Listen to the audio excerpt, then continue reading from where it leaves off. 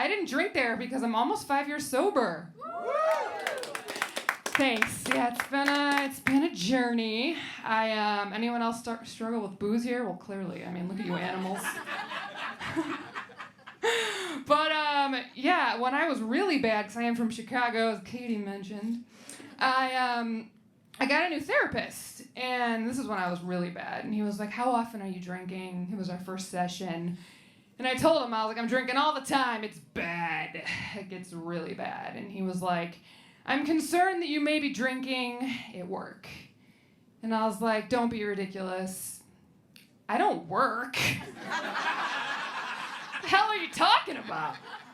And then he told me I should go to AA, and I thought about it for a really long time. I really did. But you know that part where you have to make amends, like apologize to everyone you've ever hurt? You're like, yes, I do. When they told me that, the first thing that came to my mind was, I don't have time to go to 7 cities this week.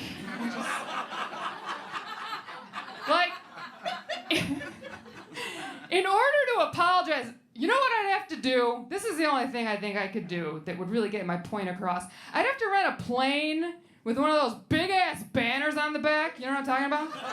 And I'd have to have it say, "I'm sorry," with a picture of my face just flying across the United States. The fucking thing would run out of gas. It would just... Yeah, I literally thought that, and that's how I knew I was sick in the head. It was really bad. But yeah, I am from the Midwest. Everyone keeps telling me I have an accent. You hear it or no? Yeah. An accent! God, it's so embarrassing. Everyone's like, at least it's not a Boston accent, but I don't know. I think that might be cuter. I think my alcoholism started in Chicago. I was a bartender. And my first shift as a bartender, I made this nice man a Manhattan. And I whipped it up, and I go, "Do you want to see a magic trick, sir?" He's like, "Hell yeah, I do." So I chugged it, and I put it down. And I go, "Voila!" And he paid for it, and he tipped, and he goes, "You're going places, kid." And then I blacked out. So I did go somewhere. But I can't tell you where that was. Exactly. Sorry, I'm tripped up on the wire. I think I'm also a maniac because I'm a natural redhead. If you can't tell by my glowing pale body. Took a lot of courage to wear a sleeveless shirt tonight. They said a dress. I was like, gotta cover the pants. It's a whole thing. Anyway. My best friend, she always feels bad for me, because I've been made fun of my whole life.